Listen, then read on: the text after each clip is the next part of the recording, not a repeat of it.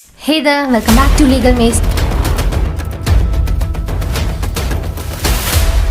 Are you ready? Let's go. I'm Preeti, your guide on this adventure. Today we are diving into the topic that might sound a bit complicated at first, but I promise to break it down in a way that's easy to understand. We are talking about eminent domain, a fancy term that deals with what happens when the government needs your land. Let's get started. What is eminent domain? Imagine you have this awesome treehouse in your backyard. Now picture the government telling you they need a spot to build a new park that everyone in the neighborhood can enjoy. That's where eminent domain comes into play. It's a rule that says the government can take your private property if they really need it for something that will help the whole community, like a building, a road, a school, or a park. But don't worry, they can't just take it for free. They have to pay you fairly for what they are taking. The important stuff. Number one, helping everyone. Eminent domain is all about helping lots of people. The government can only use it when they are doing something that benefit everyone, like making a place safer or better.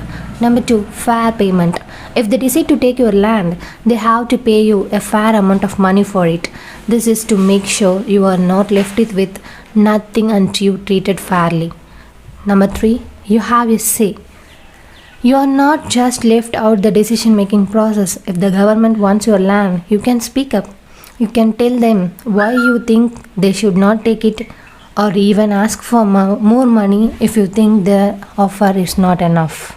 Challenges and problems. Number one, what's public use? Sometimes people argue about whether the government really needs the land for something that helps everyone. For example, is building a shopping mall really a public use?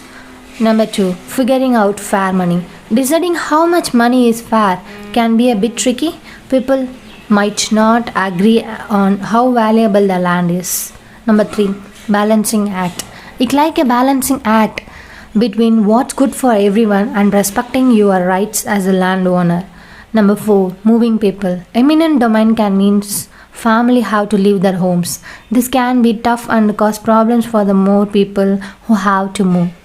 What's happening now? Right now people are having lots of discussion about when and how the government should use eminent domain.